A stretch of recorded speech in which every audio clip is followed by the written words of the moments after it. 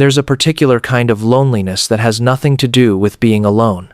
It's the feeling you get in a crowded room, in the middle of a conversation, sometimes even surrounded by people who care about you, where something inside quietly registers that you're operating on a different frequency. Not better, not worse, just different. And because that difference is invisible, because it lives entirely inside the way you think and feel and process the world, most people never see it. They see the surface. They miss what's running underneath. Psychology has spent decades trying to understand why certain minds work the way they do, why some people are wired for depth in a world that rewards speed, why some individuals experience thinking as something almost involuntary, a relentless, layered, unstoppable process that doesn't switch off when the day ends. What the research reveals is that this kind of mind isn't disordered. It isn't broken. It is, in the most precise sense of the word, rare. And rare things are almost always misunderstood before they are recognized. The first sign is that your thinking doesn't move in straight lines. While most people approach a problem from point A to point B, your mind moves laterally, associatively, pulling in connections from completely unrelated domains and finding patterns that shouldn't logically exist, but somehow do. Cognitive psychologists call this divergent thinking, and it sits at the foundation of nearly every significant creative and intellectual breakthrough in recorded history. The difficulty is that this kind of thinking is almost impossible to explain to someone who doesn't experience it. It can look like a distraction. It can look like an inconsistency. It is neither. The second sign is that you have always felt a disconnect between your inner world and what you're able to express outwardly. There is something inside you, a depth of feeling, a complexity of thought, that never quite makes it fully into language. You say something, and it lands flat, and you know it doesn't capture what you actually meant.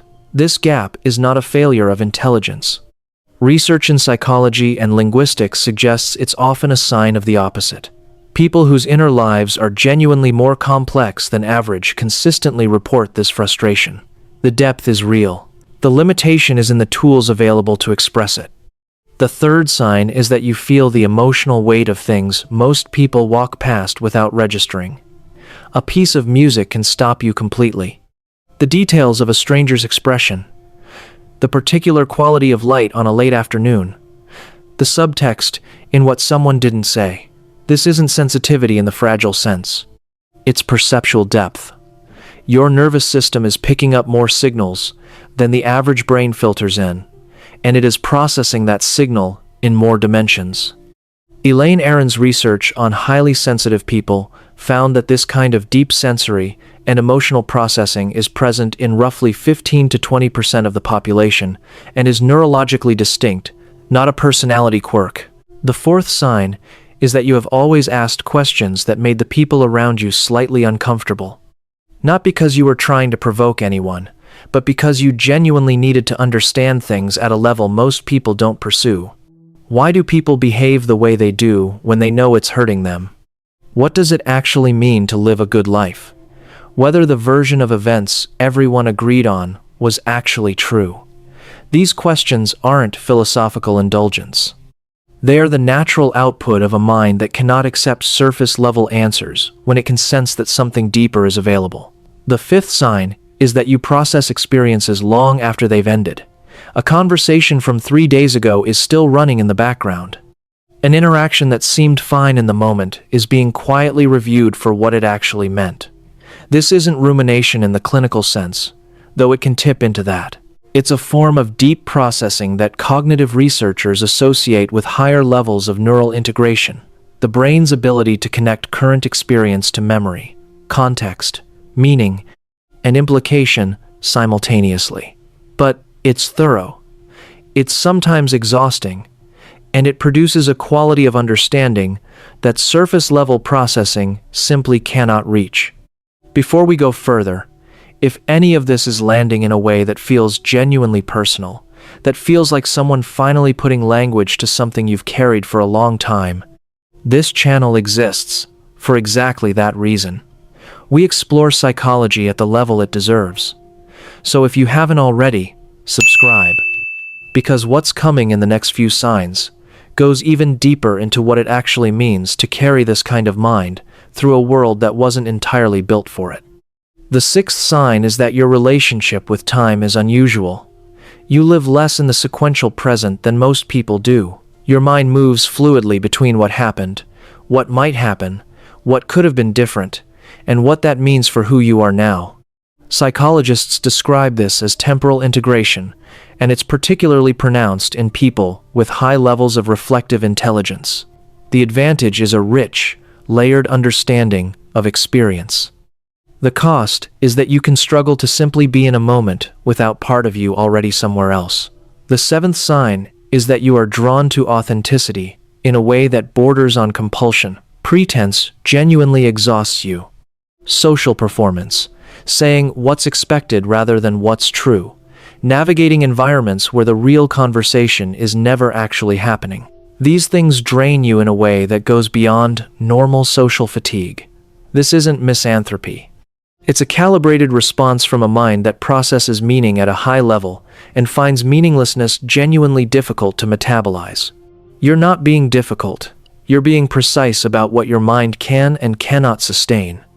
The eighth sign is that people tend to bring their real problems to you. Not the surface problems, the real ones. The ones they haven't told anyone else. There is something in how you listen, how you hold what someone tells you, that signals safety. This happens not because you try to project warmth or position yourself as trustworthy, but because people can sense, often without being able to name it, that you are actually present with them, that you are taking them seriously at the level they need to be taken seriously. This is a form of relational intelligence, and it is genuinely uncommon. The ninth sign is that your standards, for your work, your relationships, your own behavior, are high in a way that creates friction. Not because you are a perfectionist in the rigid sense, but because you can see clearly the distance between what something is and what it could be, and that distance bothers you. This same quality that makes you hard on yourself also makes you someone who produces things of genuine depth and quality when given the space to work the way your mind needs to work. The friction isn't a flaw in your character. It's the shadow side of caring about things at a level that most people simply don't. And the 10th sign, perhaps the most telling one, is that you have always had the quiet sense that you are still becoming something, that no label applied fully, that no category quite contained you, that the version of yourself you inhabited was real, but incomplete. This isn't instability. It is the hallmark of what psychologists call a growth-oriented identity, a self that remains genuinely open to transformation rather than calcifying around a fixed image. Most people settle into a version of themselves in their 20s and spend the rest of their lives defending it. You never fully did that. Something in you kept the question open, kept reaching towards something harder to name but more true. Here is what psychology ultimately asks us to consider. A rare mind is not a comfortable thing to carry.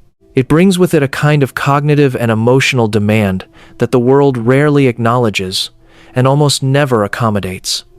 The depth costs something. Sensitivity costs something. The inability to simply accept things at face value, to slow down, to stop asking questions. These things cost something real, but they also produce something real. A quality of understanding that cannot be taught. A capacity for meaning-making that does not come from ease. A presence in the lives of others that leaves something behind. The question isn't whether your mind is difficult. It probably is. The question is whether you understand it well enough to work with it rather than against it. Because a rare mind, understood, is one of the most extraordinary things a person can have, and you are only just beginning to understand yours. Hit the like and subscribe button, and I'll see you in the next one.